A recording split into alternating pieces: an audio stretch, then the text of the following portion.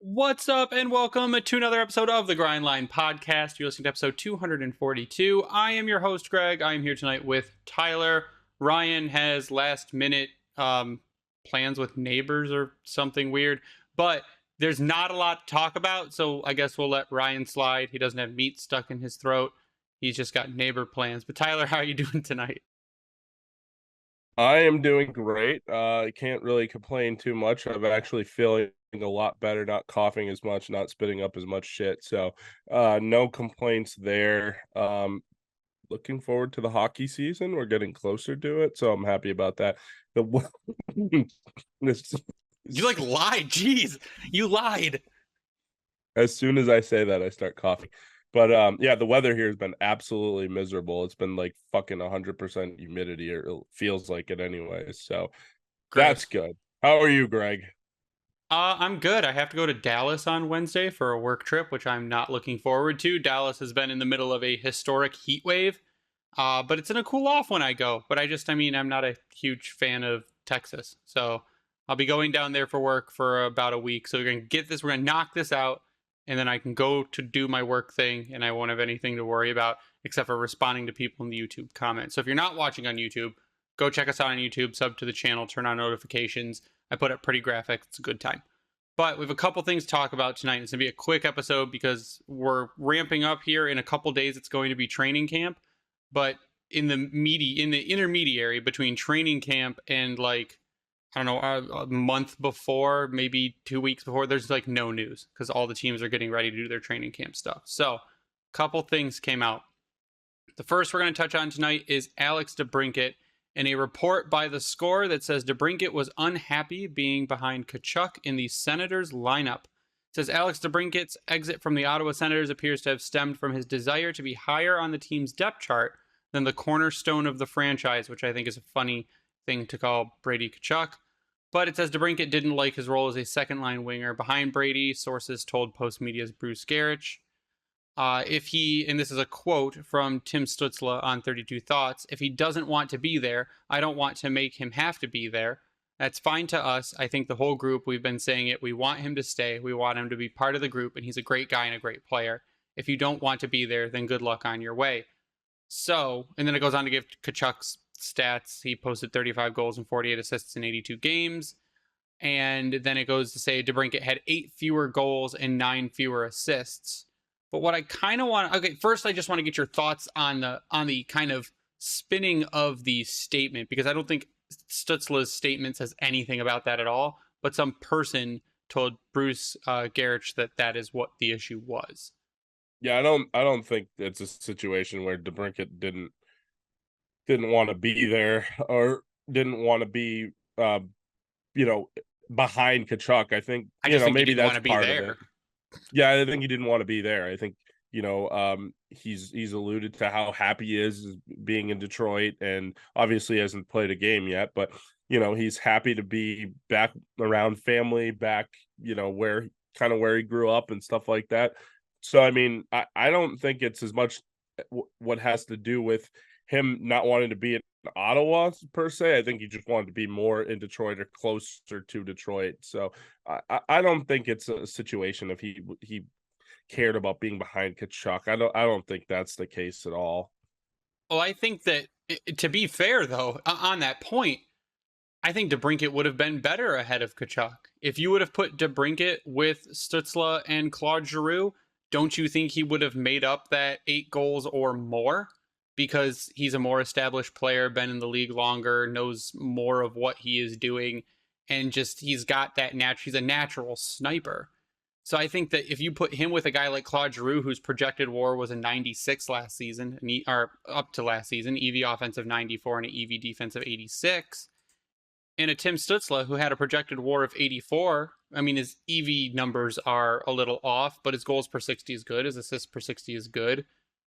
Instead, you had him with Shane Pinto, whose projected WAR was a 56 with a 37 offense and a 75 defense, and Drake Batherson, whose WAR was a 63 with a 75 offense and a 29 defense. But then, I mean, DeBrincat still put up good enough numbers, I would say, being in a city he didn't want to be in, on a team he didn't want to be on, with not subpar, but lesser line mates than what he is used to. So do you think, I mean, I think he would have done better with a Giroux and with a Stützle. And I think if you drop Brady Tkachuk a line, his numbers would look probably worse than what DeBrincat did this season. Yeah, I kind of agree with you. I think one of the reasons they probably did it is height on that line. I think, Stützle is not a small guy and Drew's not a small guy, but they're not, I wouldn't say big guys either. And to have three, what is Giroux, 6'1"? Is he even that? He might even be only like 5'10", 5'11". So, I mean, to have one is over 6 foot guy and then the rest under 5'10", 5'11", I think was probably their reasoning behind it. I know maybe that's kind of an old school way of looking at things. I mean, Tkachuk is kind of getting paid like a first line winger at this point too. So I guess that could be part of it as well. But yeah, I mean, I think DeBrincat coming to Detroit and not having to worry about that whole like competition thing. He's the first line left winger more than likely, or right winger, I guess. He doesn't have to worry about that. I think the whole comments are kind of overblown a little bit, to be honest. I think they're just trying to find a way to explain him leaving away. They're just trying to explain it away and make it sound like it's his fault. But I mean, the other half of it was that Brady Tkachuk, they said, well, he'll be on the top line because he had so many hits and because he's so aggressive, you put him on that top line as like a bully. But I mean, it's neither here nor there. I think I would rather have a pure scorer on that top line than a bully on the top line. So I think that that's the interesting part of like the off seasons where you get to this point and you've got to kind of keep fueling things up until training camp starts, because there's no reason, like this article came out 2 days ago. Why even put this out there? Like it doesn't make any sense to just release an article saying he was unhappy being behind Tkachuk and then not really having anything to back it up when you go and you look at the stats of the people around them and you could say, well, maybe he was, but I mean, there'd be good reasoning for him to be unhappy playing on the second line. No, I agree with you. I think the old school way of thinking is, oh, he's a bully, he can play on the first line kind of thing. The other theory, this is where you get into like the theory of, do you have your three best players on the same line or do you try to balance it out? I mean, and that's the old school theory, I would say, or like, old school theory versus a new school kind of theory. And honestly, I think you can have success with both ways. I mean, having, your three best players on the first line and then kind of having everything else come to the mean, where, if you balance everything out, maybe the scoring is a little bit better, throughout the lineup. But I don't know. I mean, I think this is kind of a nothing burger. I think people are just trying to stir shit up for no reason. And this is typical Canadian media. So yeah, I just think that going with a line with Larkin and DeBrincat and whoever is their other winger, because that's still up in the air, I think there's a very good chance that DeBrincat rebounds and goes back to his former self, because he'll be working with established playmakers and established talent on a top line, where I think they're going to replace him with Vladimir Tarasenko. And if he stays healthy, good for him. But I'm not sure it's going to have the same effect, because if you put Tarasenko with a Batherson and a Pinto, I mean, you shouldn't expect that much going into the season with that combination. Not to mention Tarasenko is 31, and I think he's played a lot of hockey at this point. I think, yeah, he's been hurt a lot too. He's not a young 31 years old. He's a pretty seasoned 31 years old. I mean, he's had 675 games in the NHL. Yeah, he's been a great hockey player, for a while here. Good winger with St. Louis and stuff like that. I think the numbers weren't as great with the Rangers last year. So I don't know. We'll see what happens with Tarasenko, but I think replacing DeBrincat with Tarasenko is I would say definitely a downgrade. Especially at Tarasenko, like we don't know. Tarasenko came back from injury, but he has an injury history, which kind of is a little sketch. So he, like you said, he's not a brand new, fresh out the box Vladimir Tarasenko. He's like a beaten, worn down, aging Vladimir Tarasenko, who's had several injury issues. But they also got Dominik Kubalik, so that's the other half of it. And Kubalik will give them some offense, but again, unless you're playing him, Kubalik did his best when he was playing with Larkin, when he was playing with that high-level talent that you're not going to put him with probably in Ottawa. There's a lot of people, and I talked about this on the Hockey Podcast Network. I think the Florida Cats podcast had a roundtable, and I was part of it, speaking on behalf of Detroit. And it seemed like everyone else was undervaluing the Red Wings. They were downplaying them. They said, "Oh, they didn't get much better. Their goaltending is suspect. They got DeBrincat, but Ottawa is going to be so much better. Buffalo is going to be so much better. They don't have anything to worry about." And everyone else basically had us right above Montreal. And I said, I think a lot of people are underestimating what the Red Wings can do with how they balanced their lineup, how they got depth and scoring on each line now, how they improved their defense. And people are, oh, it's Justin Holl, he sucks. Or, oh, you still have Ben Sherratt, he sucks. But if they're playing lower roles and you've got a Gostisbehere and you're going to bring a guy like Edvinsson, and which we'll talk about after the commercial break, I think a lot of people are undervaluing the moves made in the offseason by the Red Wings and how the teams around us not necessarily got weaker, but I think have a lot more question marks than they did leaving the offseason or leaving the regular season. I agree with you 100%. I think people are sleeping on the Red Wings. I wouldn't say that, they're a slam dunk playoff team, but I mean, if you look at where they're at, if good things happen in terms of Boston coming back and maybe being a wild card team, you have situations where Florida may not be as good as you thought as they were Tampa's last aging. year. Tampa's definitely aging. Vasi's showing cracks. Yep. Toronto will be probably as good as they've been over the last couple of years this year. They might be the cream of the crop in the division. We'll see what happens. But it's certainly something that I can't understand when people say like, oh, Ottawa and Buffalo are that much better. Do they have more like impact players? Maybe. Like I don't know that we have a Stutzler right now. Like a young guy like that. I don't know that we have a player like that.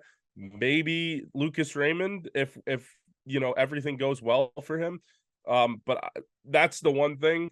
Do we have a Shabbat? I mean, you could probably put him and Seider kind of in the same conversation. I'd say Seider's better. I think Seider's better, yeah. But again, like I said, Shabbat is a little bit older, so we've got a Simon Edvinsson.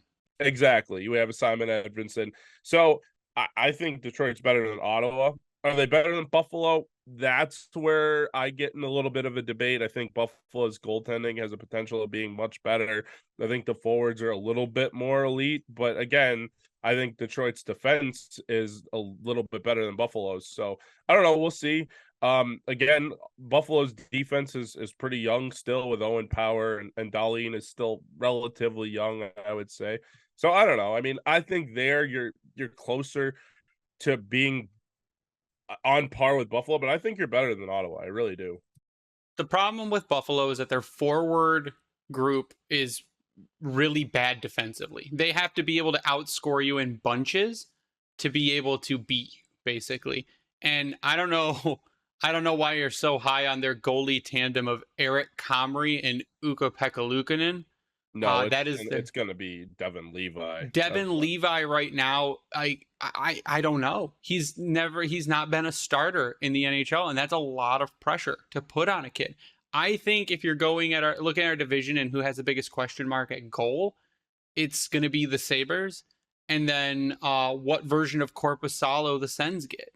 That's going to be your two question marks in goal. I think the Red Wings put themselves in a good situation where you picked up a perennial starter as your backup or your 1B off a down year who's had technically an anomaly year for him, who can take 10 games off of Husso and lighten that load. And you come back with a healthy Husso and a Reimer who could play every, 4-5 games and then other side of back-to-backs.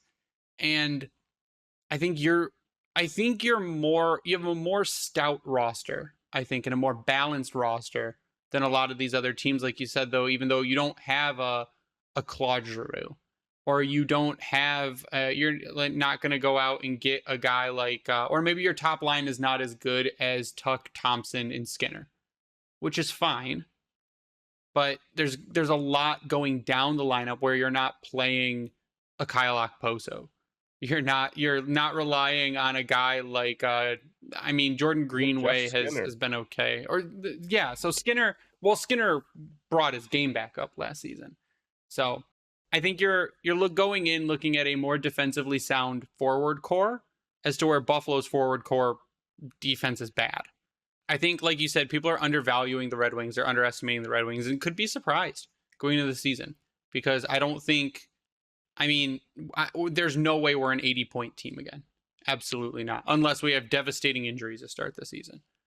And that's the one thing that you can't really account for. That's one thing that you just kind of never know with. But, this team is built, I think, to withstand certain injuries more so than before. I think there's a lot more depth. Especially on defense. Definitely on defense. Yeah, definitely on defense. Because if a Justin Holl or God forbid a Jake Wallman go down, hey, guess what? Simon Edvinsson's coming up. Hey, Albert guess Johansson. what? Albert Johansson. Hey, guess what? Maybe William Wallinder. So, and by the way, you do have like a lot of depth at forward. You have Joe Veleno, who's probably your last forward, Michael Rasmussen coming off injury. There's a lot of depth there. And again, like I said, that this is probably the best team we've seen since that 2014 team that made the playoffs. 2015-16 was the last team that made the playoffs. Yeah, so it's almost been 10 years since we made the playoffs. And again, like I said, I wouldn't put money on it specifically, but I would say I'm interested to see what their over-under win is, projected win is this year, because I would say if I was Vegas, obviously I'm not, but if I was, I would say it'd probably be somewhere between 85 and 87, right? Somewhere, would that be the over-under?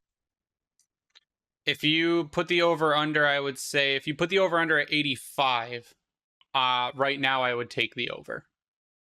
Yeah, I agree. On points for the Red Wings, I would take the over because I think we would have done that last season. What do you think it takes to make the playoffs? So when we were discussing it last week, I think we're in the strongest division in the NHL, and I think you could have 5 teams from our division make the playoffs. And I think you're probably looking at 92, maybe, to make the playoffs. And I think it's doable. And especially with, some people around us made some moves, but they didn't get, Toronto's defense got weaker. Boston lost big players. Tampa's getting older. Got way worse.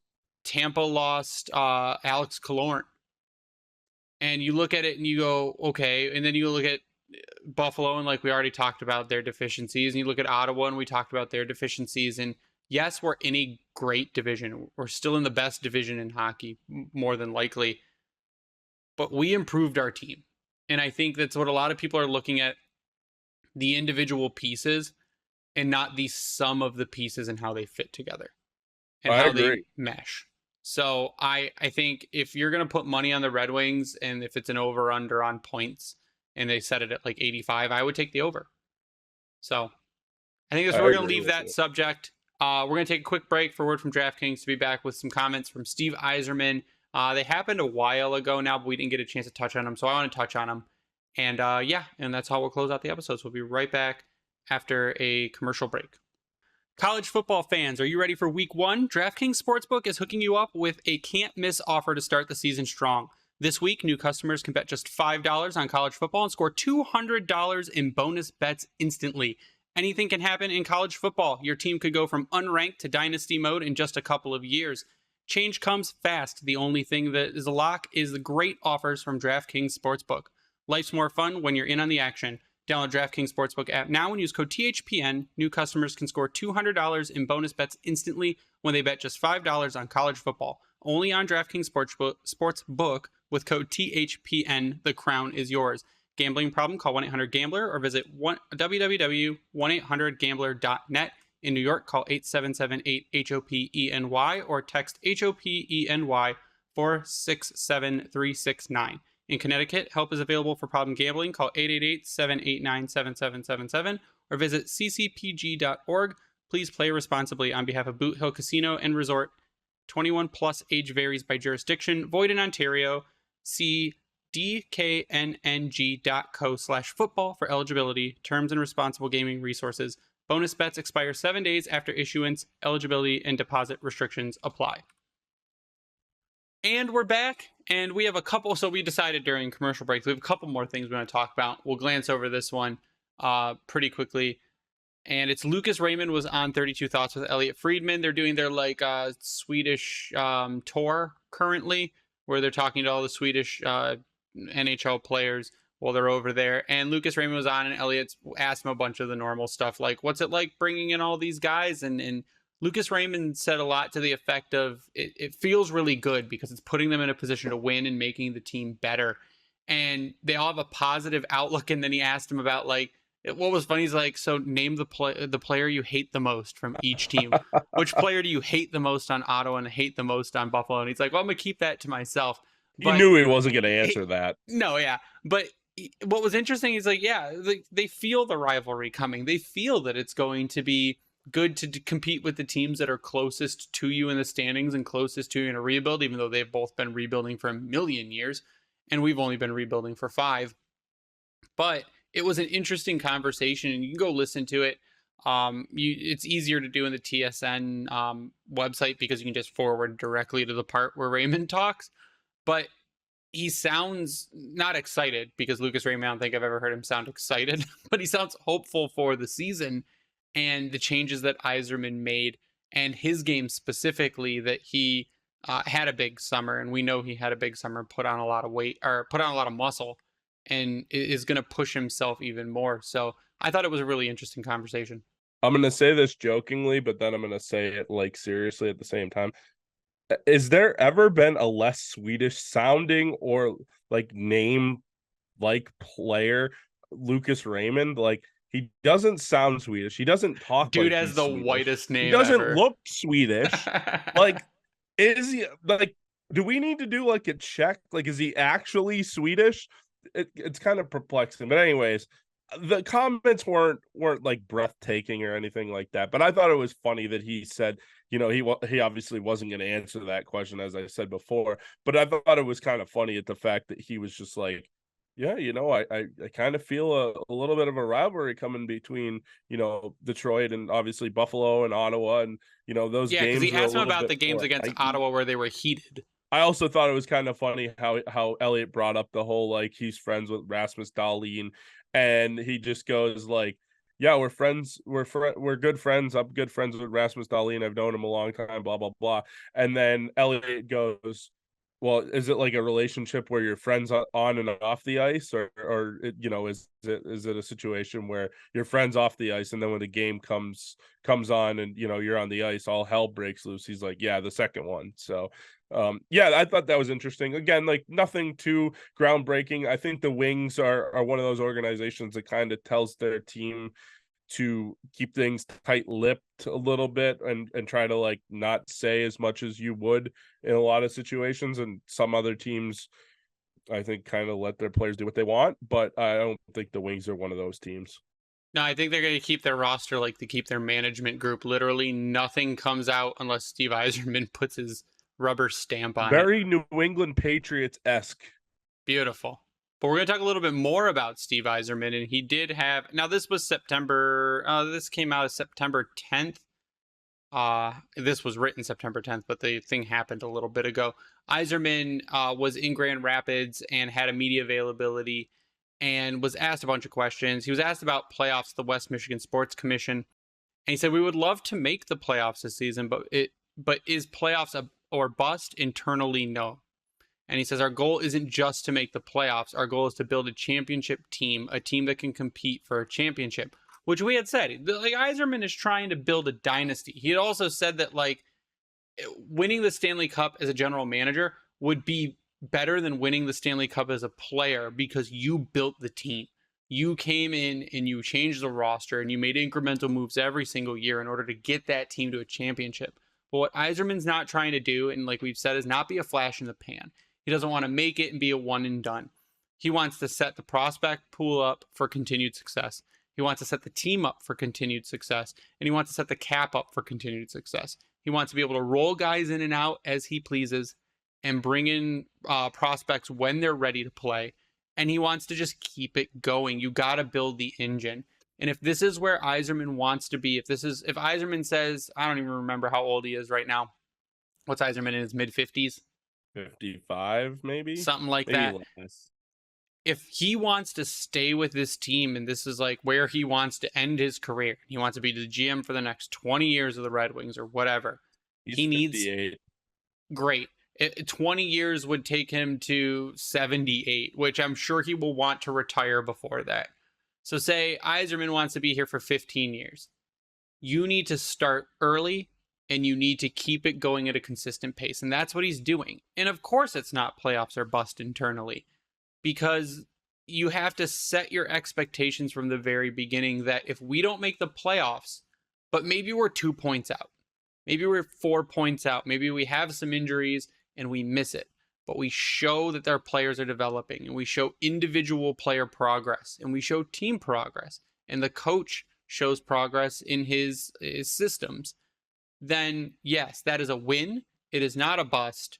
And then we keep moving forward because, again, we've got another like $30 million next season in cap space. So I like that comment that it's not playoffs or bust, because it's not. He also says that the moves we're making along the way aren't necessarily designed toward, oh my God, we got to make the playoffs this year. We're trying to build a nucleus of a young team that's going to be together for a long time that can compete in the playoffs for the Stanley Cup, and we're sticking with that path, which I absolutely appreciate 100%.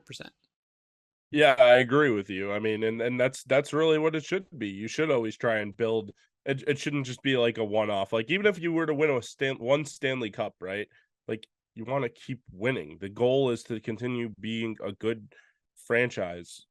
Is the goal to win the Stanley Cup every year? Well, once you get to that point and you're a Stanley Cup contender and you have a nucleus that you can have for 5 to 10 years, I mean, that's where you try to strike while the iron's hot. And I think that's the biggest thing to me is, like, if you talk about like players and I guess Steve Yzerman specifically as a general manager, does he want to be in Detroit forever? Who knows? I would imagine, he won here as a player. He wants to win here as a general manager. After that, who knows? It's kind of like the Jim Harbaugh situation at Michigan, kind of similar. But I guess my biggest thing is like, when they are finally ready to win, like, how long is it going to take to win a Stanley Cup? And then that's Sure. one thing that none of us can really answer, and Steve Yzerman can't even answer that, because sometimes you have the best team in the National Hockey League and you run into a team that just for some reason has your number. I guess it happens a little bit less and less. It feels like upsets are kind of happening a little bit less and less right now. I guess maybe not. I don't know. I feel like the better team typically wins in the Stanley Cup playoffs as they are right now, with all the penalties and everything like that. So, I mean, if you have the best team, but say your power play struggles, I mean, you're probably not going to win the Stanley Cup. So, unless you're 2011 Boston, for somehow they ended up making it work. But again, that's an anomaly. That's not the rule itself. So, I don't know. It'll be interesting to see what happens, and the way that the team is built. I like it. I wish, like everybody, we could have gotten a lottery player and kind of sped this up a little bit. But I guess your quote unquote lottery player without being a lottery player is Mo Seider. Yeah, and I mean, you could still, it'll be a while before you look back at the Edvinsson draft and see how that is, because he has the possibility of being a top pairing defenseman. And then Lars, our buddy Lars, even said the same thing about Sandin Pellikka, which I'm going to say the same thing too, because he has the possibility of being a top pair defenseman as well. But I think he'll be pushed to the second pair because he's not Mo Seider, but you can compare him to a Brian Rafalski. I'm looking at the last thing Yzerman said was, I don't feel any extra pressure. I was hired to do a job and I understand the job and the scrutiny that comes with it, but it doesn't change what you have to do or what needs to be done. Which tells you the Yzer plan, 100% still in effect. It is going to roll on whether you like it or not. So suck it up, get on the bus. We're going to win a championship eventually, but we just don't know how long it's going to take. I will still say that we'll be in competition for one in probably 4-ish seasons, 4 to 5 seasons, I would say. I think getting an Alex DeBrincat really bumped us up. And I think that'll be an important piece going forward because Yzerman has the prospects and the picks to make other moves in next offseason or whenever he wants to do it. The other piece that came out of that Yzerman press conference was he said that defenseman Simon Edvinsson has been skating in Detroit and likely won't be ready for the start of training camp, but he believes he'll be ready for the season opener. And this is where it gets a little bit more interesting. Because if Edvinsson is ready for the season opener, and say you play him, I don't know, you play him 3 games in Grand Rapids, or if he's saying season opener, he means Red Wings season opener. And then you have to see, hey, who's not going to make the roster? Who's going to be your extra? Who might get demoted? Because in the Red Wings system, the best player that is going to have the greatest impact on the team and is ready to be a full-time NHLer should make the team. Yeah, I agree with you. I mean, again, if he makes the team out of training camp, obviously you said he's not going to be ready for it. But I mean, if he pushes and he looks damn good in the practices and everything like that, I mean, you can't not put that guy in the roster. I mean, I guess you could put him in Grand Rapids for just a little bit and see how it goes. But I feel like at this point, he's ready to play in the NHL. That's why it's perplexing to why they made the Holl deal or they made the Gostisbehere deal. I mean, obviously you can kind of sit guys or waive guys if you have to. But I guess that's the depth piece of this whole thing. You know, that's kind of where I'm confused with the situation. If Edvinsson is a guy that Yzerman looks at that should be on the roster, could quote unquote could be around for opening night, then something's got to give still with this decor. Yeah, and it's not going to be for, like, a lot of people be like, well, he makes this much money, so you can't do anything with him, and that's bullshit. Like, you can do whatever you want. Like, this is hockey, okay? Like, Yzerman's playing GM mode right now. We just got Jeff Petrie. Great. If Jeff Petrie's your 7th D because Edvinsson is in the lineup, phenomenal. You'll figure out what to do with Ben Sherratt later. Waive Ben Sherratt and send him to Grand Rapids. That's fine. You can do that. He'll be expensive in Grand Rapids. Wasn't Justin Abdelkader expensive in Grand Rapids? Last I checked, yes. So there have been several players who, just because they have a high value contract, that doesn't mean you can't send them to the minors. And you put Ben Sherratt on waivers, no one's taking him because of what he makes. And you get an injury, he can come right back up. And that's absolutely fine.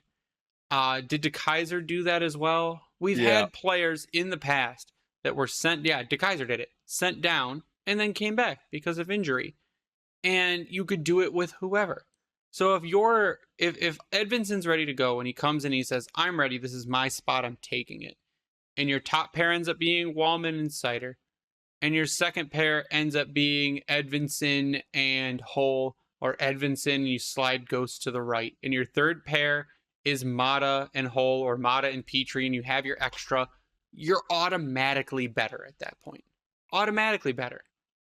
I agree. I want to backtrack just real quick to what you said about the Stanley Cup contender and when that can come. I mean, who knows? I will say one thing, it could come sooner, it could come a little bit later. You know, everyone said that, you know, Vegas was, you know, a team that was probably on the downhill, and then they ended up, you know, going and getting Mark Stone, and they end up trading for Jack Eichel, and you know, they kind of fortified the goalie position and they kind of fell into it. They got a little lucky. You know, people forget about this. To win a Stanley Cup, sometimes you have to be lucky. The bounces have to go your way. The power plays have to go your way. You know, sometimes you just need luck. Sometimes you get a hot goalie that's a third string guy like Vegas did. So again, could it come sooner? Yeah, it could come next year. Who knows? Maybe Lucas Raymond becomes a 55 goal scorer. Like, I'm not Holy saying shit, Tyler, calm down. I wouldn't bet on it. I'm just saying I wouldn't bet on it. But let's let him get 30 first. What if Simon Edvinsson is somehow better than Mo Seider and we have the two-headed monster on defense? Like, see, what I think it's going to be is, I think Edvinsson can be as good as Seider, but the opposite Mo Seider. It's like the anti-Mo. He'll be like great offensively and he'll be like really good defensively, as to where Mo is going to be great defensively and he can be really good offensively. So I think you'll be able to, and I don't think, and we had mentioned this before, I don't think maybe down the road you'll have a pairing of Seider and you'll have a Seider Edvinsson top pair because your second pair could be. Now, here's where I'm going to go off the rails a little bit. In 5 seasons or 4 seasons, if your top pair is Seider and Edvinsson and your second pair is Sandy Pelika and William Wallinder, like, that's killer, man. Like, you could have the best defensive group in the entire, as much as people say we have a weak defensive core right now, in 3 seasons or 4 seasons, we could have one of the top defensive groups in the entire league, which is I don't think it's really weak at all. scary. I don't think it's weak either. At all. No, I think it's underestimated, and I think people are basing it a lot on past performances of guys like Holl, who their performance in the regular season was good, but their performance in the postseason was not. And you look at guys like Gostisbehere, who had kind of a rebound season last season, and I think he can carry it forward again. And Olli Mata's a stable defenseman. Ben Sherratt sucks, but that's besides the point. I think there's a lot of possibility in the defense, and it's only bolstered by guys who should be ready to play in the NHL, like Albert Johansson and like a Simon Edvinsson. And you got guys coming up in Sandy Pelika and William Wallinder. And it's going to happen. It's just the speed at which it happens, which is why Yzerman will sign forwards to 5-year contracts, but he's not going to sign defensemen to 5-year contracts. Yeah, I agree with that. I mean, obviously, Seider might be the exception to the rule at some point once the situation comes and Mo Seider's contract is up and they want to get ahead of it instead of paying him, $14 million a year if he's, a top 2 defenseman in the NHL or a top 5 defenseman in the NHL. Maybe they want to get ahead of it, buy out some free agency years, et cetera, et cetera, et cetera. But yeah, I think that would be the exception. The one thing I will say too is we talk about the championship, the next one, because I don't think we doubt that it's going to happen. We just don't know when it's going to happen. I think this is going to be the best one of our lifetime. Like, I know that the people that, saw the 97 Stanley Cup would probably say otherwise, right? Because that was the first time in 55 years or whatever. This, like, Steve Yzerman, Hockey Town's, son, basically coming back to Detroit after, beating our ass when he was in Tampa twice in a row. He coming to Detroit and winning a Stanley Cup, hoisting one as a general manager with Dylan Larkin as the captain and Mo Seider and those guys. Imagine that picture. That picture will be framed on my wall. Yep. Exactly. And again, like I said, what do you agree with that though? That, like, in our lifetime, I know you're a little bit older than me, not throwing shade or anything like that, but like, I think in my lifetime, the 08 one is always the one that will stick out. I think not winning in 09 certainly, kind of hurts a lot still. But like, I think if they were to win in 2026, say, or 2027, and they're the 2026 Stanley Cup champions, I think that would be the greatest story in my lifetime for sure in terms of the Red Wings, because you followed it through the good times of winning, making the playoffs 25 straight years, and then you went 8 or 9 or 10 straight years without making the playoffs, and then finally you built yourself to a Stanley Cup contender and you finally climbed them out and won the Stanley Cup. I think that would be and I think it's better because we're at an age where we can really appreciate it. That's the thing. Like, when you're a kid, it's cool. Like, it's really cool. Your team won the championship, but you don't really, like, we're so into it now where, like, we're looking at micro stats and we're figuring out what players are eating for breakfast to know if they could change something. And we're really invested in it more. I mean, we're it's year 6 of the podcast. And so we're invested in when the payoff finally happens.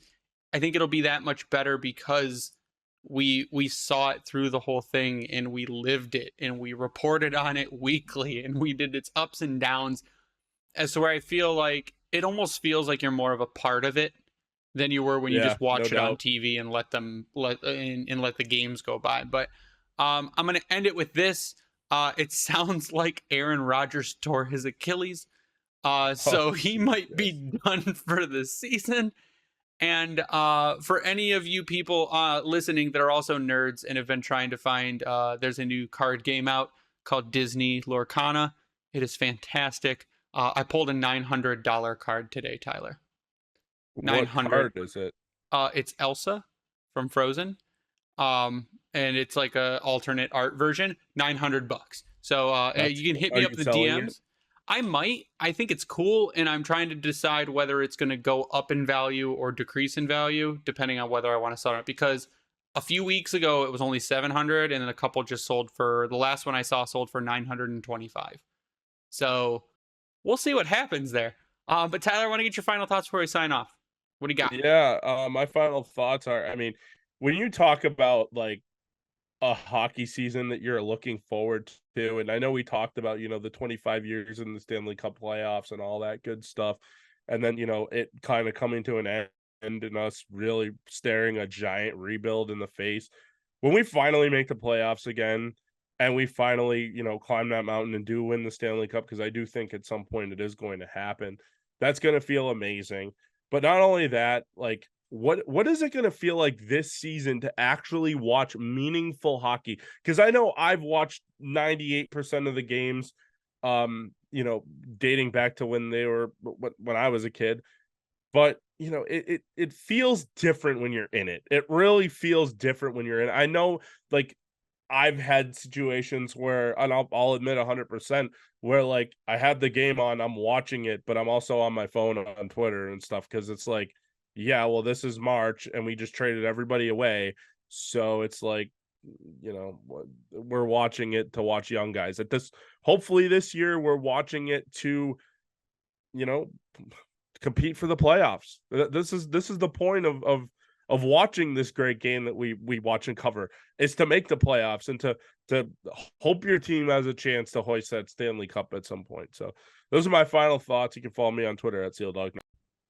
I agree with what Tyler said. You can follow me online at Bringing the Win. You can follow the Grindline Podcast online at Grindline Pod. Check out our merch shop at Redbubble by searching the Grindline. I'm adding stuff to it as we go. There is a new Andrew Kopp shirt up there, which is cool. It's done in the, for those of you that are older and Tyler might not know the show Cops.